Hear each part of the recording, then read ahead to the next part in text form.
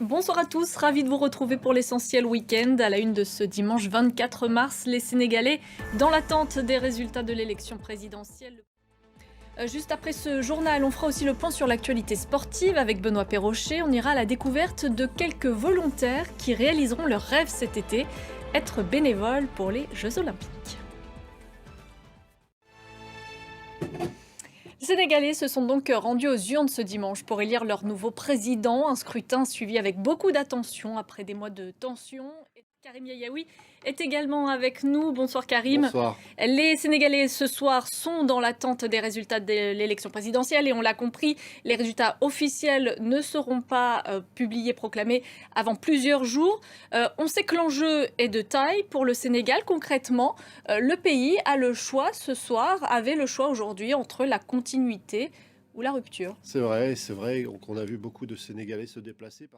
Le décryptage de Karim Yayaoui. Merci beaucoup Karim. Sachez par ailleurs qu'on reparlera du Sénégal à 21h30, édition spéciale du Journal de l'Afrique avec Fatima Tawan, Meriem Amelal et leurs invités.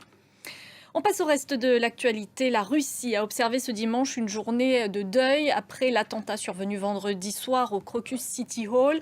L'attaque a fait au moins 137 morts selon un nouveau bilan. Vladimir Poutine a allumé un cierge aujourd'hui à la chapelle de sa résidence près de Moscou.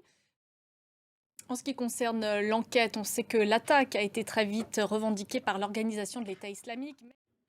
Le secrétaire général de l'ONU était en visite en Égypte ce week-end, après s'être rendu samedi du côté égyptien du poste frontière de Rafah pour réclamer un cessez-le-feu immédiat. On passe maintenant à l'actualité sportive.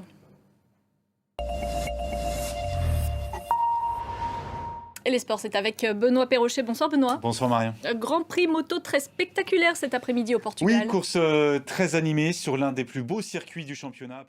Merci Benoît Merci pour ce point sur l'actu sportive. Restez avec nous sur France 24, l'information continue.